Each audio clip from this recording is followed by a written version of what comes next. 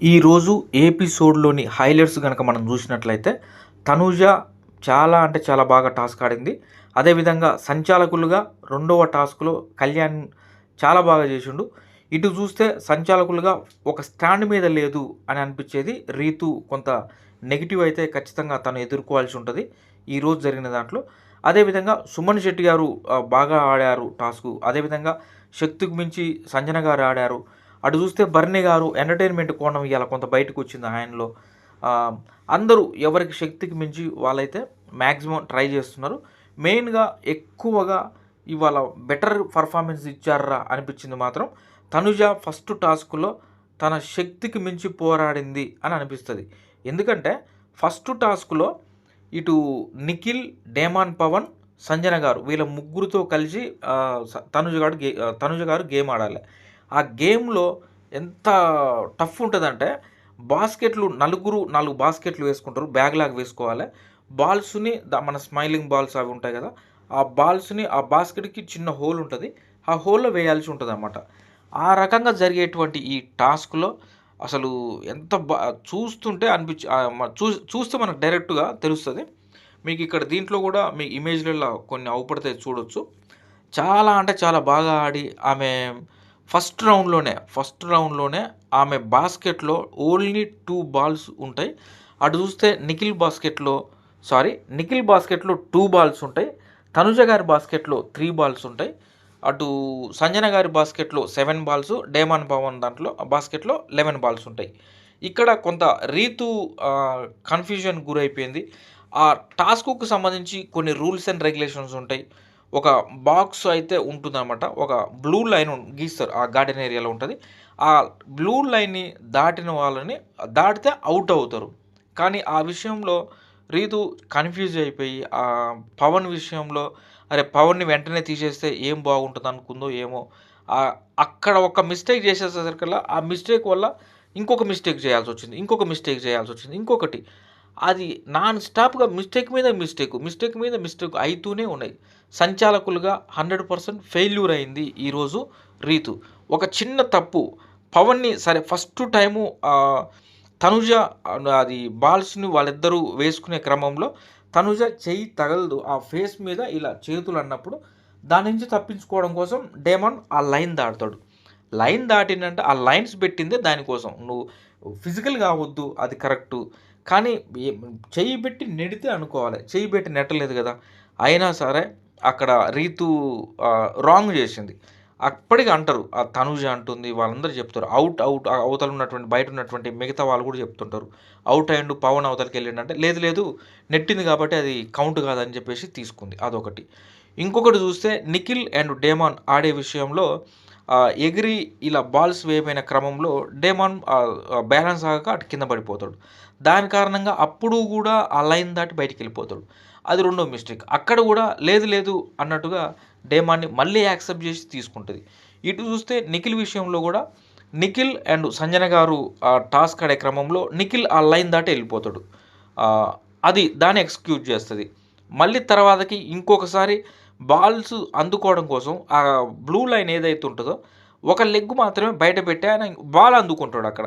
అందుకుంటే అప్పుడు చూసేసి లేదు నిఖిల్ నువ్వు ఔట్ అయిపోయినావు. నువ్వు ఉన్నా వేస్టు. లేదు నేను తీసేస్తున్నాను. ఈ 2 తప్పులు అని అంటది.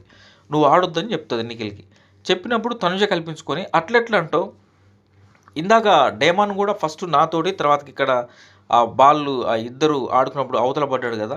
2 సార్లు డేమాన్‌కి ఇచ్చినావు. ఇక్కడ నిఖిల్‌కి ఎందుకు ఇయ్యవు అన్నప్పుడు okay. Fair very, very, very fair ఆడండి. మీరే ఆడండి. నలుగురు ఆడండి అనేసి అంటది.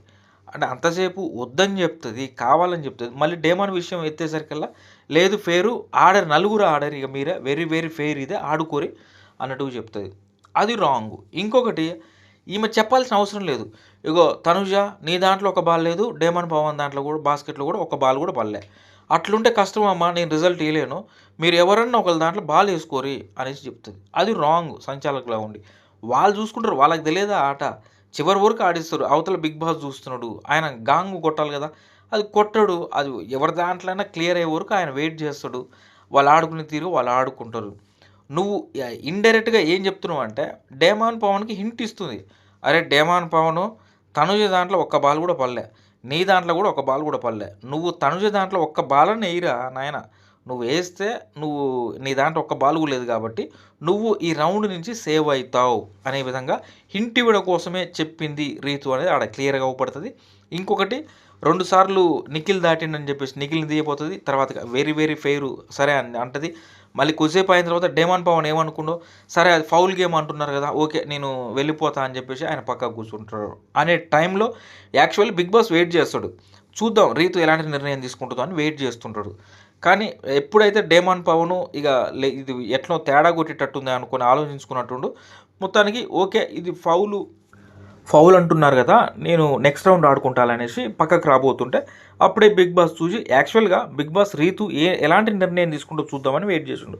ఎప్పుడైతే డేమాన్ పవన్ నేను నెక్స్ట్ రౌండ్ ఆడుకుంటాలే అని పక్క కూర్చుంటాడో బిగ్ బాస్ గాంగ్ కొడతాడు. అప్పుడు బాల్స్ కనుక చెక్ చేస్తే డేమాన్ దాంట్లో ఫస్ట్ తనుజ దాంట్లో అది నిఖిల్ దాంట్లో చూస్తే 2 బాల్స్ ఉంటాయి, తనుజ దాంట్లో 3 బాల్స్ ఉంటాయి, సంజన గారి దాంట్లో 7 బాల్స్ ఉంటాయి బాస్కెట్లో.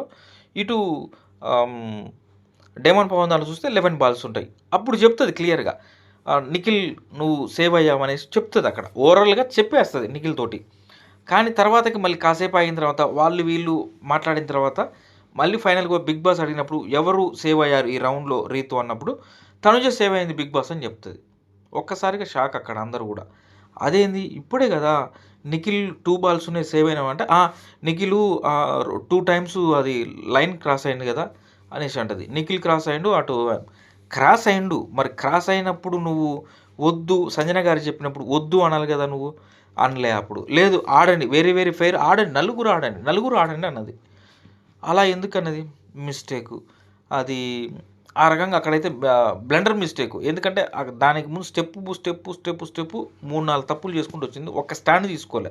ఆ రకంగా ఈరోజు ఫెయిల్ అయిపోయింది రీతు సంచాలకుగా. ఇటు చూస్తే రెండవ టాస్క్లో అంటే ఈ 3 రౌండ్లు అయిపోయిన తర్వాత ఫైనల్గా దీంట్లో నెక్స్ట్ రౌండ్లో డేమాన్ సేవ్ అవుతాడు, దాని తర్వాత రౌండ్లో 3rd రౌండ్లో నిఖిల్ సేవ్ అవుతాడు, సంజన గారు డేంజర్లోకి వస్తారు. అంటే ఇప్పుడు రెండవ టాస్క్ ఈ కమెంటర్స్ నుంచి ఈ టాస్క్లో ఆడినటువంటి డేంజర్లో ఉన్నటువంటి సంజన గారు ప్రజల్లో ఉన్నటువంటి ఎవరినైనా ఒకరిని సెలెక్ట్ చేసుకొని టాస్క్ ఆడాలి. ఈ టాస్క్ ఏంటంటే బాక్సులు ఉన్నాయి అక్కడ, దాదాపు ఒక 8 బాక్సులు ఉన్నాయి, 2 కలర్కి సంబంధించి, ఒకటి బ్లూ ఒకటి రెడ్. ఆ రకంగా ఉంటే ఆ బ్లూ కలరు బాక్సులు సంజన గారు తీసుకుంటారు, రెడ్ కలర్ ఉన్నటువంటి బాక్సుల్ని సుమన్ శెట్టి గారు తీసుకొని ఆ బాక్సుని ఒకదాని మీద ఒకటి ఇలా పేర్చాలి ఆ బాక్సులని. ఆ రకంగా ఎవరు ఎక్కువ ఎత్తు పేరుస్తే వాళ్ళు విన్ అవుతారు ఈ టాస్క్. దీంట్లో సంజన గారిని సెలెక్ట్ చేసుకున్నప్పుడు ఇది బాక్సులకు సంబంధించింది కాబట్టి హైట్ తక్కువ వాళ్ళని బెటర్ అని చేసి ఆమె చాలా మంచిగా బెటర్గా ఆలోచించి, సుమన్ గారు అయితే కొంచెం ఎక్కువ హైట్ నిలబెట్టలేరేమో, నాకు కొంచెం ప్లస్ అవుతుంది అని చెప్పేసి ఆమె సుమన్ గారిని సెలెక్ట్ చేసుకుంటుంది ప్రజల నుంచి. ఆ టాస్క్కి సంచాలకులుగా కళ్యాణ్ గారు వ్యవహరిస్తారు. ఆ టాస్క్ స్టార్ట్ అవుతుంది. ఒక స్క్వేర్ బాక్స్లో ఒక్కొక్కరు బాక్సులు పెట్టుకుంటూ రావాలి. ఆ రకంగా పెట్టుకున్నప్పుడు సుమన్ పెడుతుండు. యాక్చువల్గా వీళ్ళు కళ్యాణ్ చెప్పినట్టయితే మనకి ఎపిసోడ్లో చూపించలేదు, లైవ్లో చూపించలేదు. కానీ బాక్సులు పెట్టే క్రమంలో దివ్య కావచ్చు, ఈ బయట రీతు తనుజ వీళ్ళందరూ కూడా ఏమంటారంటే బాక్సులు నిలబెట్టు అంతే, అవి కరెక్ట్గా ఉంటాయా, వంకర ఉంటాయా, టింకర్ ఉంటాయా, సగమే బాక్స్ మీద నిలబడుతుంది ఏంటంటే అది పట్టించుకోబాకు, నువ్వు ఎత్తు నిలబెట్టడం కోసం ట్రై చేయి అనేసి వాళ్ళు అంటారు. కళ్యాణ్ అన్నట్టయితే మరి నాకు ఎక్కడ అయితే అది ఆయన చెప్పినట్టు ఎపిసోడ్లో లేదు, లైవ్లో కూడా లేదు. అటు సంజన గారు కూడా పెట్టుకుంటూ వస్తారు. కొంత సంజన గారికి పాజిటివ్ ఏంటంటే హైట్ ఉంటుంది కాబట్టి కొంచెం నీట్గా పెట్టుకుంటూ వస్తుంది. సుమన్ శెట్టి గారు కూడా మంచిగా నీట్గా పెట్టుకుంటూ వస్తారు. కానీ యాక్చువల్ ఇక్కడ ఏంటంటే వీళ్ళు అనేది ఏంటంటే చివరి 6th అంటే 6వ బాక్సు సుమన్ గారే ఫస్ట్ పైన వేశారు. 6వ బాక్సు సుమన్ గారు వేసిన తర్వాత సంజన గారు చూసి అప్పుడు సంజన గారు కూడా 6వ బాక్స్ వేశారు. కాకపోతే సంజన గారు కొంచెం వాటిని అన్నిటిని కూడా ఒక పిల్లర్ లాగా స్ట్రైట్గా పెట్టుకురు. ఇటు సుమన్ శెట్టి గారికి అంత హైట్ అందదు కాబట్టి కొంచెం ఒక బాక్సు చివరి ఉన్నటువంటి బాక్సు కొంత బయటకు ఉంటుంది అనమాట. అదొకటి ఉంటుంది, కొంచెం మధ్యలో కూడా ఒక్కొక్కటి 2 కొంచెం వంకర టింకరగా ఉంటాయి.